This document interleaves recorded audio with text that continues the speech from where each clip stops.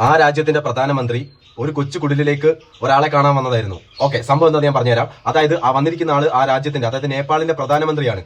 തന്റെ ഏറ്റവും അടുത്ത സുഹൃത്തിനെ കാണാൻ വേണ്ടി ആ സുഹൃത്തിന്റെ കുടിലേക്ക് വന്നതാണ്. കാരണം ആ ഏറ്റവും അടുത്ത സുഹൃത്ത് കുടിലാണ് താമസിക്കുന്ന, അല്ലെ അത്രയും കുറഞ്ഞ ആളാണ് എന്നുള്ളതല്ല. അവര് ആ പ്രധാനമന്ത്രി ആയി കഴിഞ്ഞപ്പോൾ അദ്ദേഹം ഒരുപാട് ചിന്തിച്ചു അവരുടെ പഴയ കാലഘട്ടം. ആ പഴയ കാലഘട്ടത്തിൽ ആ സുഹൃത്ത് തനിക്ക് തന്ന ഓർമ്മകള്, സന്തോഷകരമായ നിമിഷങ്ങൾ എല്ലാം ഓർത്തിട്ട് താൻ പ്രധാനമന്ത്രി ആയി കഴിഞ്ഞപ്പോഴും ആ പ്രധാനമന്ത്രി ആ കൊച്ചു കുടിലേക്ക് ആ സുഹൃത്തിന്റെ അടുത്തേക്ക് വന്നു കഴിഞ്ഞിട്ട് ധാരാളം കുശലങ്ങൾ പറഞ്ഞു.